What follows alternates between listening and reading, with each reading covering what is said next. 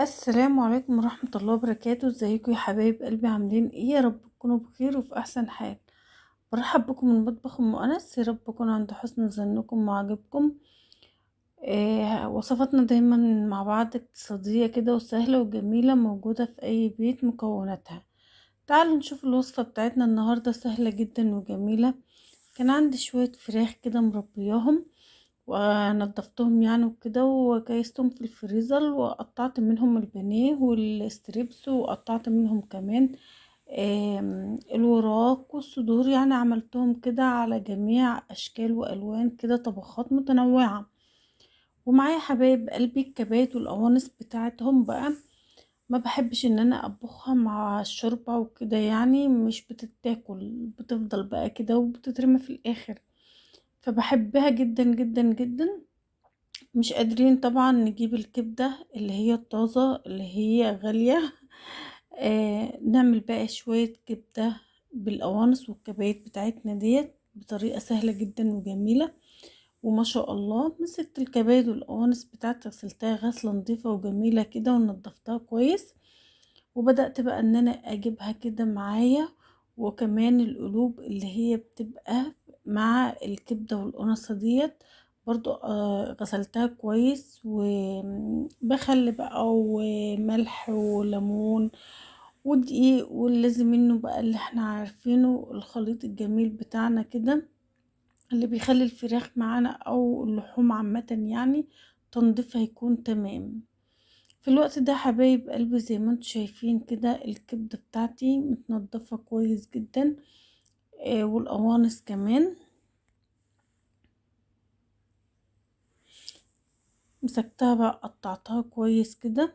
زي ما انتم شايفين حبايب قلبي القطع، الكبايد والقوانص مع بعض كده. ما تسمعيش كلام بقى اللي يقولك ان القوانص بتستويش والكبدة بتستوي. لا طبعا.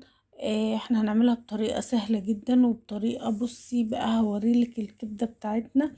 القنصة بتاعتنا بتكون مستوية كمان اكتر من الكبدة، والكبدة بتاعتنا كمان بتكون برضو زي ما هي، مش مهرية ولا بتدوب كده في الحاجة، بتفضل قطع زي ما هي كده. خلاص قطعتها كده وركنتها على جنب. جبت بقى بصلتين محترمين كده زي ما انتوا شايفين كده، وقطعتهم قطع وسط يعني كده، مش صغير قوي ولا كبير قوي. في الوقت ده حبايب قلبي زي ما انتوا شايفين كده قطعت البصلتين بطريقة سهلة جدا خالص اهوت وبسرعة. زي ما انتي عايزة تحبي تكتري معاكي البصل على قد المقدار بقى اللي انتي بتعمليه في الكبايد بتاعتك. طريقة سهلة جدا وجميلة جدا. بنضيف المكونات بتاعتنا كلها على بعضيها كده، ونضيفها على الكبد والقوانص بتاعتنا بعد ما قطعناها قطع صغيرة زي ما انتوا شفتوها كده.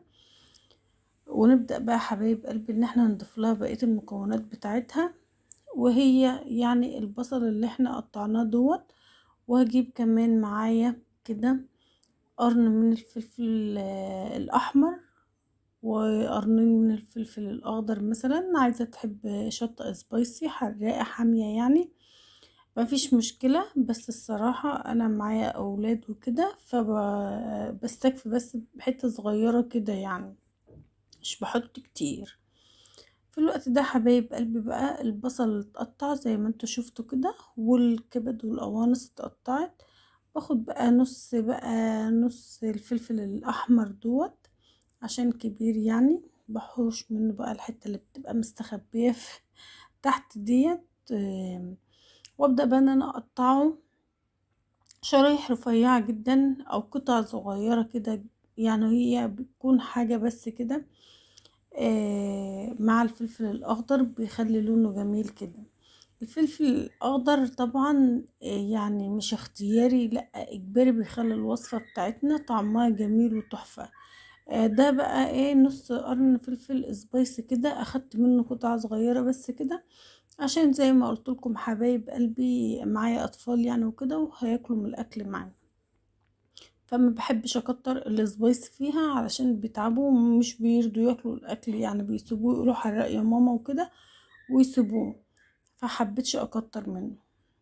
الفلفل الاخضر زي ما انتم شايفين كده، معايا قرنين من الفلفل الاخضر على الكمية بتاعتنا ديت، ومعايا نص قرن، بس القرن كان كبير كده، نص قرن من الفلفل الاحمر، وقطعته قطع صغيرة خالص زي ما انتم شايفين كده حبايب قلبي.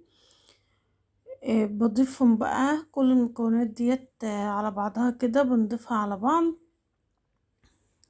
اهو. بس خلصت التقطيع، وبتشوفوا معايا ان انا بضيف المكونات وبضيف عليها ايه كمان، واحطها على النار كده. الفلفل اتقطع وكل حاجة جاهزة معايا. بجيب كمان طماطمتين صغيرين كده، بقطعهم بحيث ان هم يعني ايه يدوا طعم معانا كده في الوصفة بتاعتنا كده، بتخليه برضو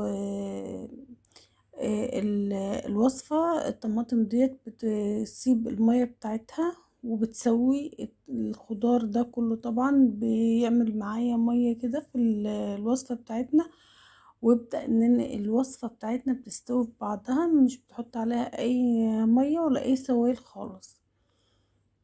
قطعت كمان الطماطم زي ما انتم شايفين كده، وبكده تكون كل حاجة اتقطعت وجاهزة معايا ان احنا نضيفهم بقى على بعض. ده الكبايد والقوانص والبصل والفلفل والطماطم وكله على بعضه كده بقى في طاسة عندك، في حلة، في اي حاجة عندك حبيبة قلبي، بتضيفيهم في قلبها كده. بنزل اول حاجة بالكبايد والبصل، وبعد كده الفلفل والطماطم والحاجات الجميلة ديت عليها كده، وببدأ بقى ان انا اتبل الموضوع ده كله مع بعض. بضيف الملح بتاعي، بضيف البهارات بتاعتي، اي بهارات موجودة عندك حطيها، ما عندكش بهارات الكبدة مش مشكلة. يعني هي الوصفة اصلا لو ملح وشوية فلفل اسمر وشوية كمون هتبقى جميلة جدا وطعمها تحفة، بسم الله ما شاء الله. بصي بقى اعمليها بالطريقة اللي انا بعملها بها ديت، والله ما هتندمي خالص ولا هتبطليها ان انت تعملي بالطريقة ديت، لان بتخلي الشقة بتاعتك وتخلي الريحة طالعة من قلب البيت كده. لو في جيران هيشموا الريحة كمان، وتحسي ان انت واقفة في مطعم كبدة. وتحدي بقى اسعار سندوتشات الكبد في المطاعم، بجد بجد حاجة صعبة جدا، غالية جدا. بالطريقة ديت وبأقل مقادير خالص موجودة عندك في البيت بتعملي احلى سندوتشات ورخيصة جدا. كده ضفت بقى التوابل بتاعتها وقلبتها تقليبة كويسة، وبهدي النار عليها خالص حبايب قلبي زي شمعة كده، بحيث ان هي تستوي على نار هادية جدا.